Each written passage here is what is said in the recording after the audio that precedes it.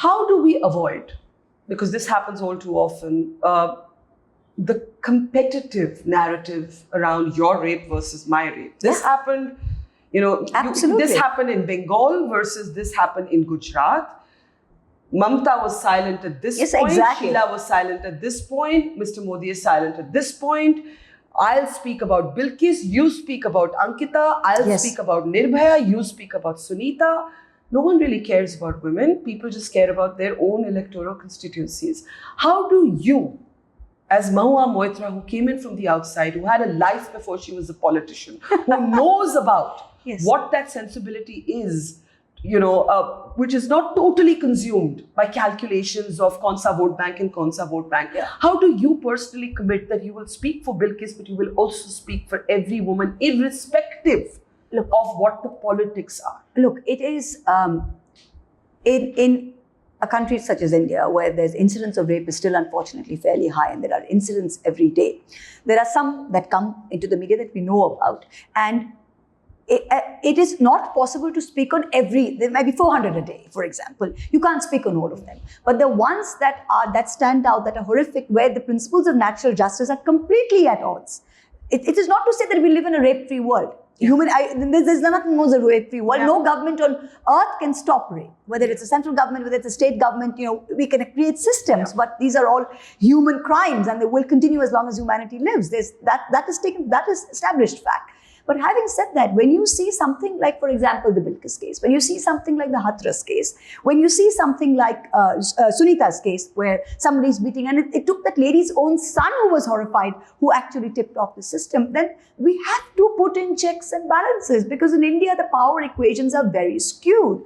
I have spent most of my life abroad, and I will this continues to shock me, where in India, the power equations are so skewed, even today, that all we can do is fight towards a level playing field, and not even, getting beyond that. So I, for one, whenever it strikes me and I can speak out, I speak out. Would you speak when it involves your own state? Would you speak when, for example, in the case of this teenage girl, Ankita, burned to death by Shah Hussain? Of course, to me, it's absolutely terrible and this happens everywhere. If you look at the NCRB numbers, that crimes against women are up 15%.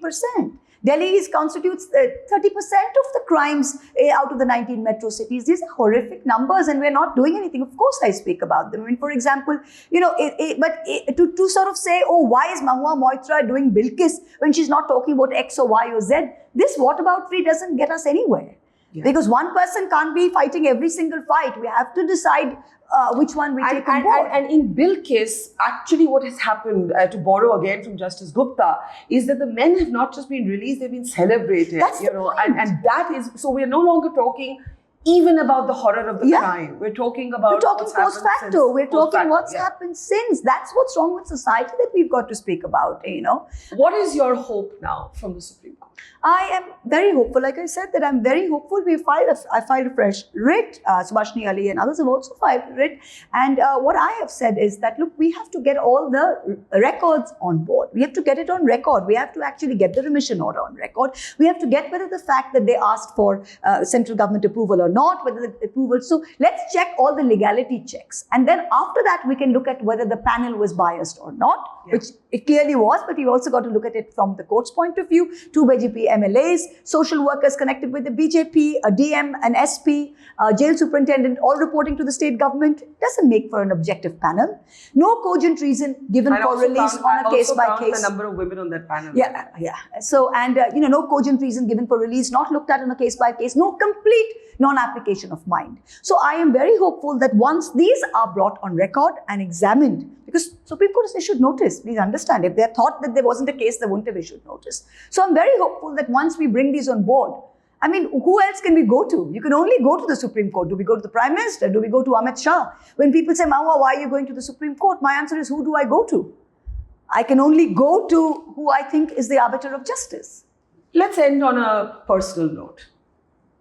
Bilkis Bano's lawyer, Shubha, said to me when I first asked her, will Bilkis file a review? And she said, how much strength do you expect one human being to have? Bilkis has fought enough. Now other people have to fight for her.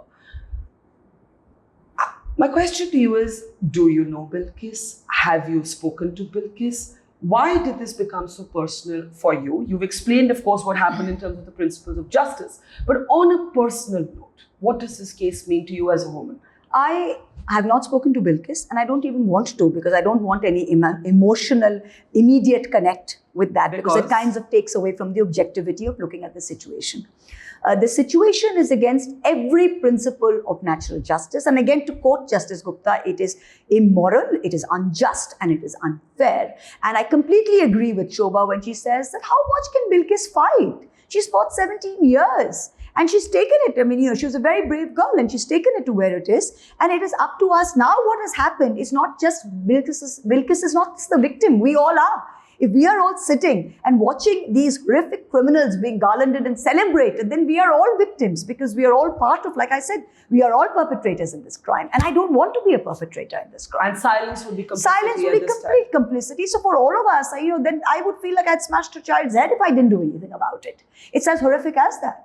So we have to fight it. And I'm so tired of people saying, oh, let someone else do it. We get asked this in India all the time. Yeah. It's somebody else. My own mother would be like, oh, why is everyone's problem your problem? That's why I'm in public life. If everyone's problem was not my problem, I'd be a banker earning a salary and living a good life. So, it's because I feel strongly about these issues that we're even sitting here. Yep. And I do hope that with your petition and the voice of everybody who's actually speaking up at this point, we are able to get justice for Bilkis, because it's not about Bilkis, it's about every woman. It's not only about Bilkis. Yeah, it's about India. It's about our version of India, of justice in India, of the constitution. It's about so many larger touchstones. And, thank you. You've been a very vocal, I would say, you've been a very vocal champion of this entire movement. So thank you. We also need to get it out there and for people to think about it, because like you said, there are still so many people living under a rock. Yeah. It's crazy.